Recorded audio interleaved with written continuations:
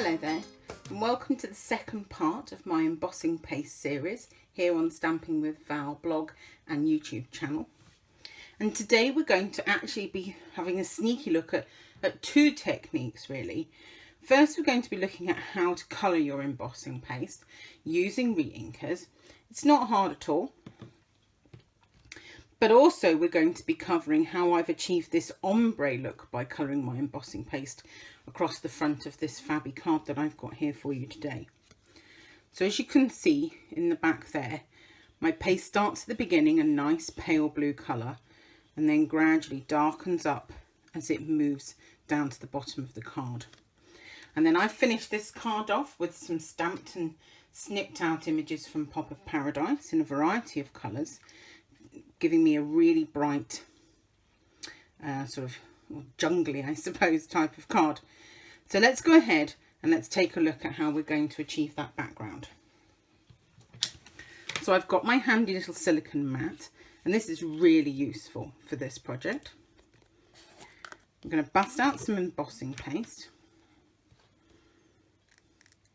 I'm going to go ahead and I'm going to put some on my mat. Now, as I said to you yesterday, a little does go a long way. So this is probably going to be far more than I need. One thought is that you might make more than one card at once, so that you make sure you kind of use up all the paste. But for this particular technique, you want to make sure you've got enough paste coloured, because the chance of getting exactly the same colour again, if you run out part way through, could be a bit tricky. So into here, I'm going to add a drop of reinker. So to start off my card, I'm only going to add one drop. There we go. And then I'm going to use the palette knife to mix that drop into my embossing paste. Okay, and sometimes you find you've still got some white on the top, so I just use a different knife so that I can get all that off and make sure I've got it all mixed in, because you don't want any white left in there unless that's a different look that you're trying to go for. Make sure you've picked up all the ink as well. So there we have it, all mixed in nicely like that. So for this particular card, I'm starting with a white card base, and I am using the brick mask for it. And again, I'm just going to position it over the top. Okay, and for this one, I think I'm going to just pop a couple of bits of tape down. It won't stop the card from moving because I'm just going to attach it to the mask, but it might just help keep everything a little bit still, because this one's a little bit more involved than yesterday's.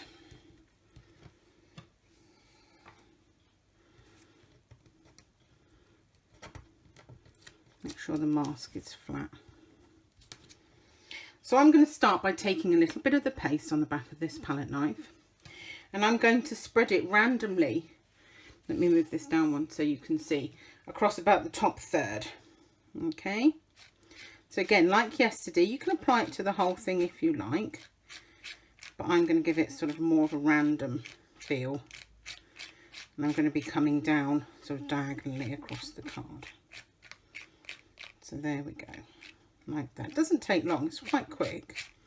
I'm going to have this a bit smoother than yesterday's, so I've taken a lot of the excess off. Okay, now if you were just looking to use one colour, then in our video tomorrow we're just going to be using one colour. I've realised this bit of card is falling off the edge of the board. I'm going to attempt to move the whole thing up.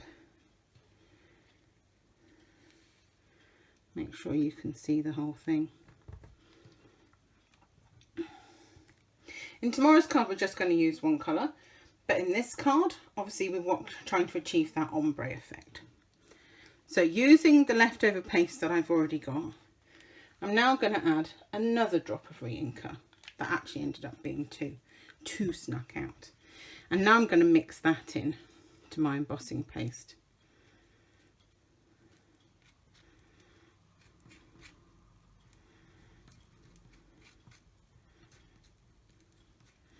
And now obviously it's going to be a little bit darker than the paste I already have If it's not dark enough quite yet, add another drop. Now remember, you can always add more ink, but you can't really take it away. Okay, this is ending up slightly darker than the original card, but that's okay. And when you're happy that you've mixed it all in, again, pick up some paste and add it. And I'm going to try and get a bit of overlap. I'm not going to be too careful about it. I'm going to get a bit of overlap with the lighter one as well, like so. And then finally, for the darker one at the bottom, you guessed, I'm going to add a couple more drops of reinker. Obviously we've got less paste left now, and the colour's getting really quite dark and intense. Okay, and then finally just this bottom edge,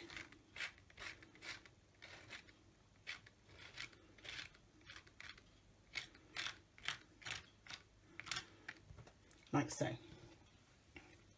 So when you've applied it all how you want and you're happy with it, you can just go ahead and carefully remove your mask, ready to be washed up.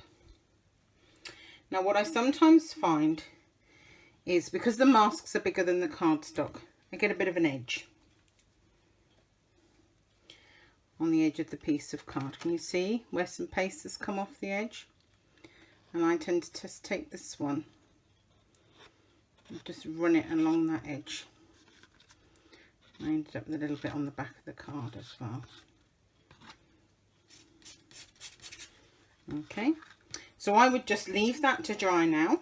Okay, and I love the way that the colours mix in with each other, so you end up with the darker colours mixing onto the lighter colours, and it's done it actually far more and better on this one than it did on my original. So once that's dry, you just stamp and cut out or die cut out your other elements and apply them over the top to create your finished card. So that's how to achieve coloured embossing paste, but also an ombre embossing paste look onto your card as well. Thank you very much for stopping by the Stamping with Val blog or YouTube channel today. I hope you'll join me again tomorrow. We'll be colouring more embossing paste then, and I'll be showing you another technique to how to apply it to your card. I hope I see you then. Bye.